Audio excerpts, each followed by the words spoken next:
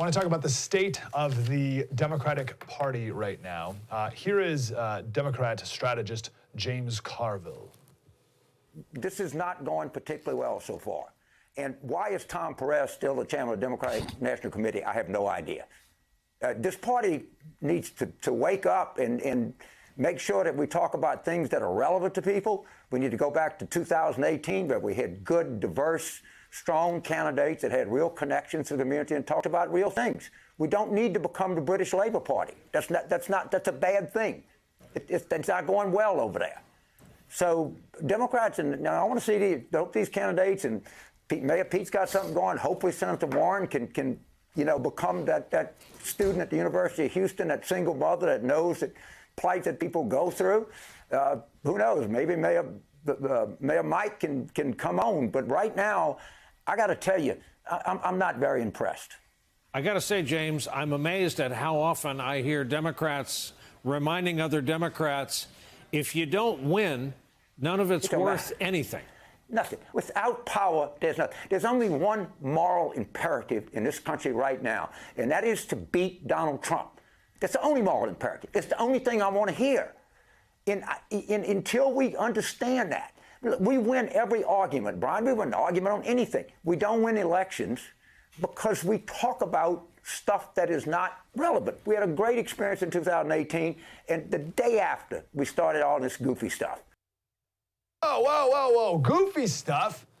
What do you mean goofy stuff like taxpayer-funded sex change operations for prisoners? How dare you, Mr. Carville? How dare you? That's the most pressing issue of our time, just as Elizabeth Warren.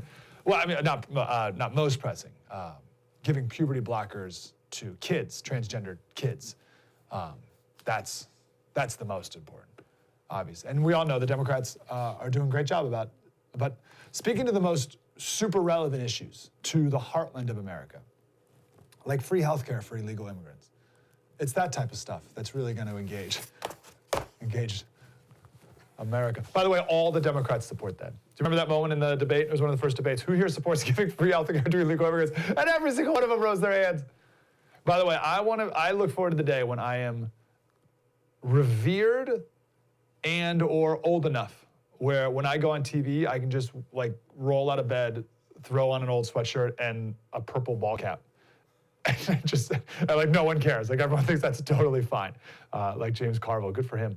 Let's do a quick little Van Jones analysis. I think we played this yesterday, but it's worthy again. Warning the Democrats. What he was saying to African Americans can be effective. You may not like it, but he mentioned HBCUs. Our black colleges have been struggling for a long time. A bunch of them have gone under.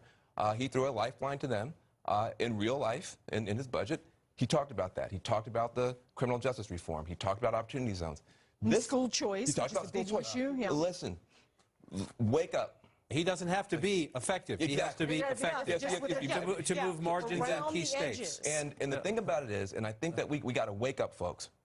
There's a whole bubble thing that goes on. We say, well, he said S-hole nations, therefore all black people are going to hate him forever. That ain't necessarily so. And I think what you're going to see him do is say, you may not like my rhetoric, but look at my results, look at my record to black people. And if he narrowcasts that, it's going to be effective, which means as we move through this primary process, we've got to pay a lot more attention both to what's going on with the Latino vote, are we going to get a benefit in terms of having them respond, and with the black vote, is there going to be a split off, especially for black male voters? We got to be clinical about this stuff. We get so emotional about it. That was a warning to us, a warning shot across the ballot Democrats that he's going after enough black folks to cause us problems. It's not just the white suburban voters. He's going after black voters. If I thought about it ahead of time, I should have had an old sweatshirt and old baseball cap. I could have changed into it in the meantime there. So again, perhaps the opposite's true. All we've heard for years is that Trump is a white supremacist. There's dog whistles all over the place. Klan members are being emboldened. There's Klan members walking down the street all the time.